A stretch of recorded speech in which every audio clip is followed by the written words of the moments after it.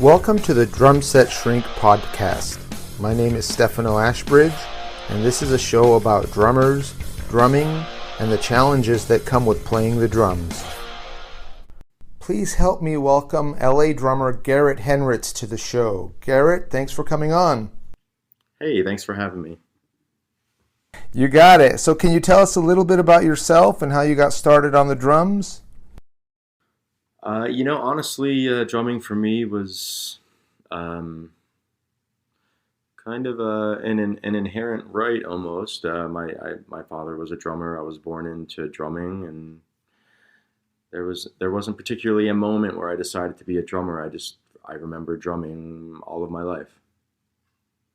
That's excellent. So would you say your dad was an influence on you that way? Yeah, he was in both ways, honestly. In ways of just listening to band rehearsals when I was younger, and just always kind of being immersed in music, and in ways of rolling my eyes sometimes when he wanted me to go play drums for his friends and things like that.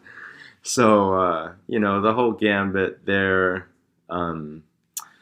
But certainly he was an influence, and again, if not mostly in the intangible ways of just the music I was around. My father introduced me to Pearl Jam, believe it or not.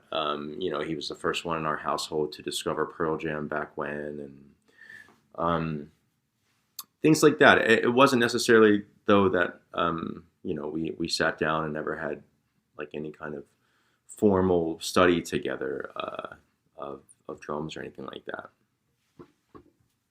Yeah, that's interesting how you can just pick that stuff up. I mean, of course, him being your dad, but he never sat you down and said, okay, do this, put your hand here, or anything like that? Never. And I did later in my life, I did study, but I for a while I was so prideful about being self-taught, which I don't really encourage having pride around anymore. It's a great achievement, but there's so many different ways to take yourself in drumming that any sort of guidance I really eventually found to be really great. And so I did eventually study. I had a fantastic teacher, but in the early stages, no, it was really more about what I absorbed from my father and just listening, playing, whatever it might be. And so when I was as young as 10, I remember being in my basement with the PA blasting Metallica and just going for it. Awesome, cool. So eventually when you did start to study, can you tell us about your experience there? How long did you study with several teachers, or how long? I've studied with I've taken like spot lessons with plenty of teachers. But when I speak of my drum teacher, I'm certainly speaking of Grant Menifee, who's this kind of mercenary drum teacher out of Baltimore, which is where I grew up. And he was really fantastic and truly actually has put out a world of talent that humbles me every time I look at the other students that he has out in the industry. It's pretty fascinating, if I'm being honest. And so to have that in my backyard randomly in Baltimore was quite a surprise. But what I took from him was just groove study and coordination study and timing study, and so many different genres: jazz, salsa, samba, Mozambique, Afro-Cuban, and I'd also find myself running different odd time patterns between my left and right hand, and etc. So it really, really was such a wonderful experience studying with Grant. Yeah, awesome. And how long did you study with him for? I was probably about 5 years, actually.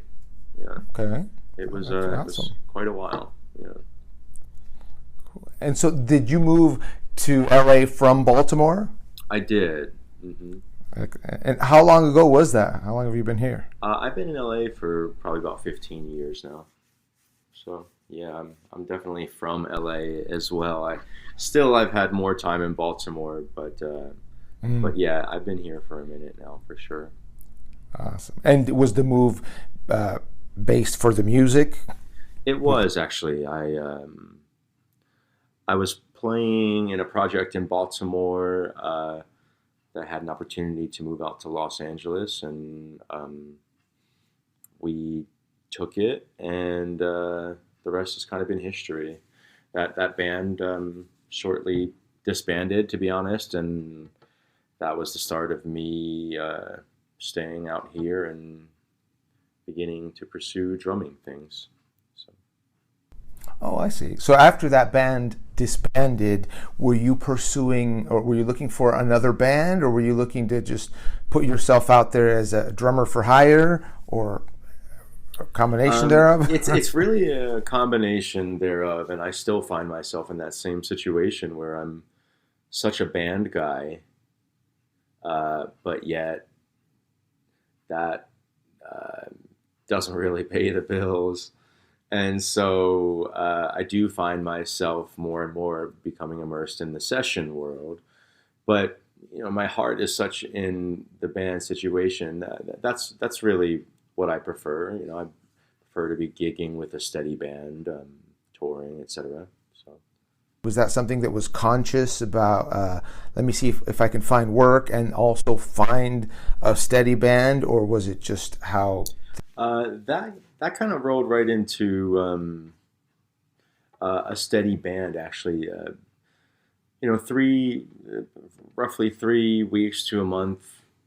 Um, After that, I came in contact with what would um, be the band that I would tour with for the next 5 years or so, and do some pretty amazing things with a band called Full Shen. Um, and It was actually a pretty wild transition.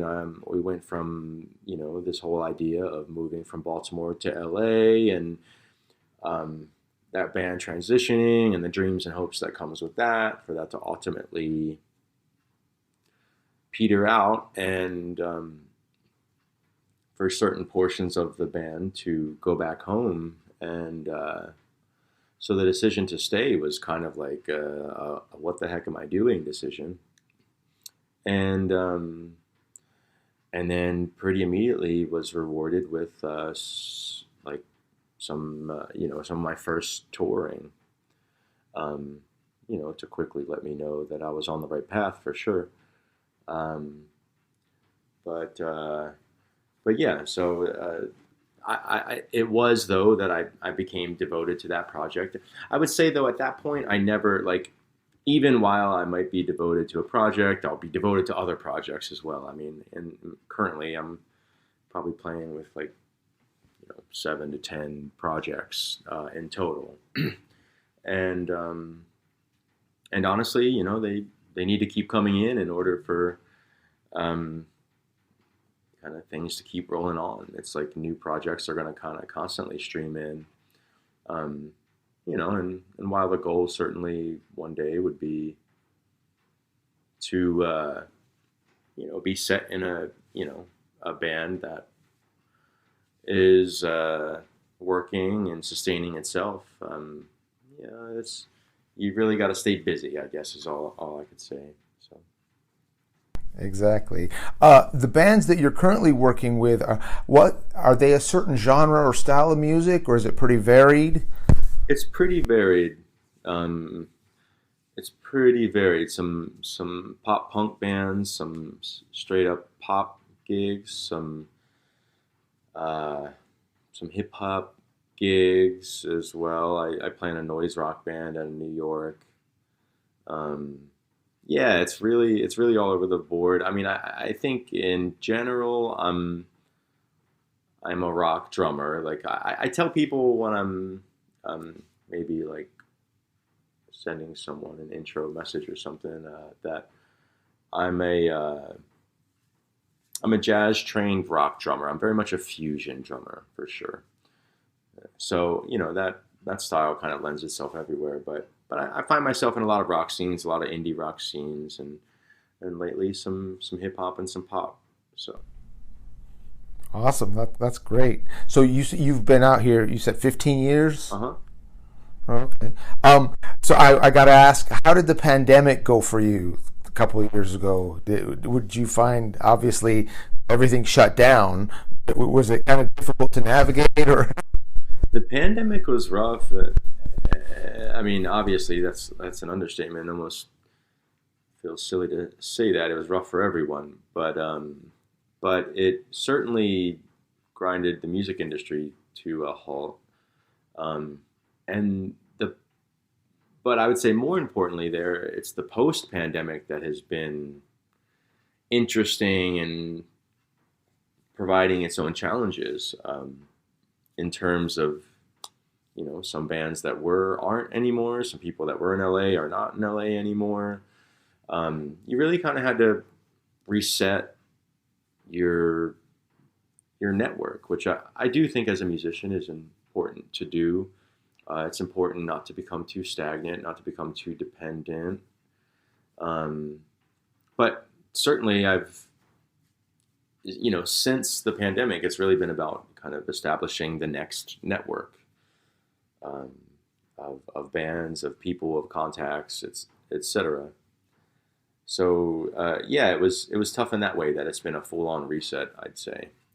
Some projects carried over, but for the most part, it's kind of a full-on reset. It did. I did learn a ton about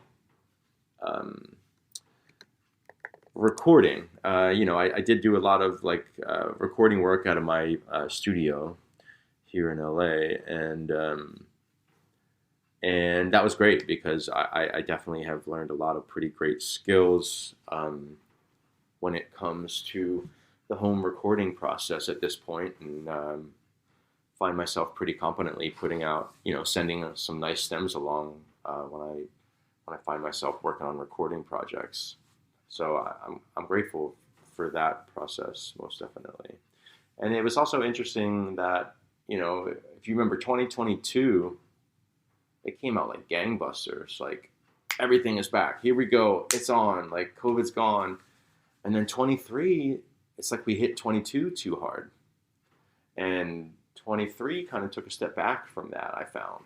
So I did find myself, once again, kind of doing like a lot more recording work in 23 than whereas like 22 was filled with mostly with touring.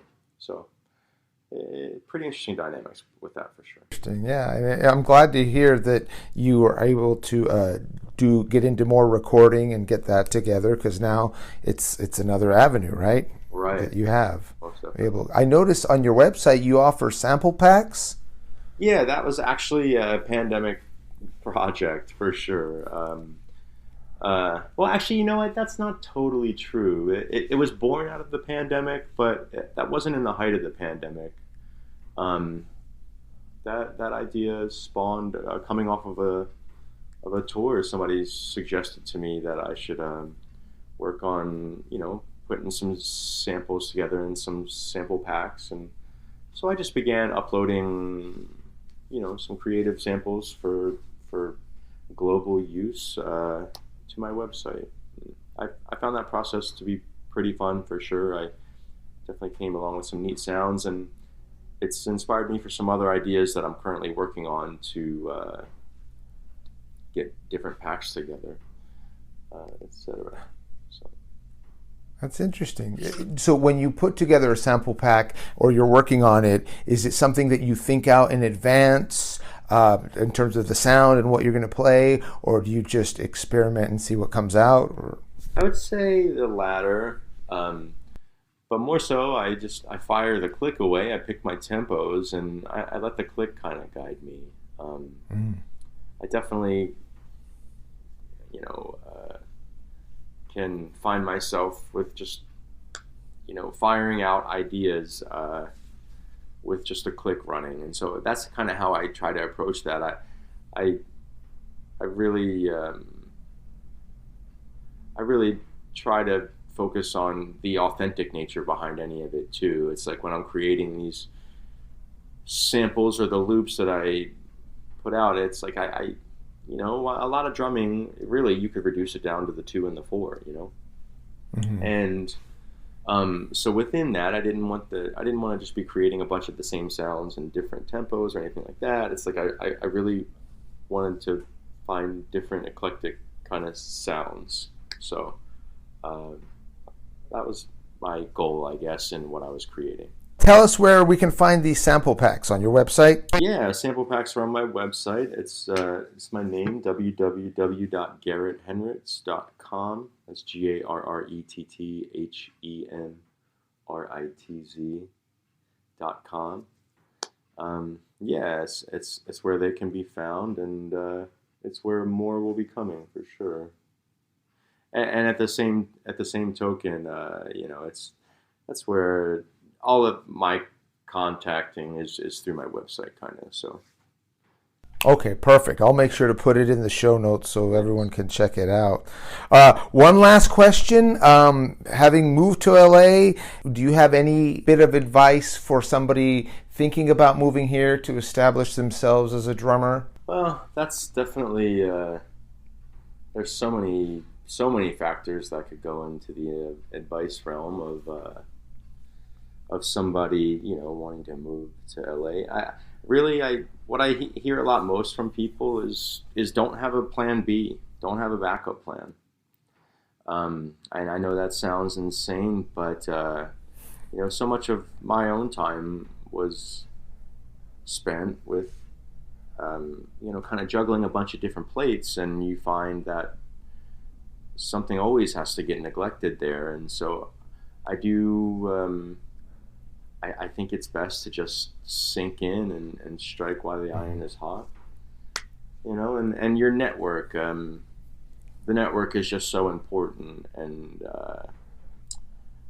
so, you know, a lot of attention needs to be spent in the network. You know, I think as musicians, we're naturally inclined to focus on our instrument and focus on the more introverted aspects of the art. And there's some extroversion required in the industry, most definitely. And so just putting yourself out there, being around and in the scene, and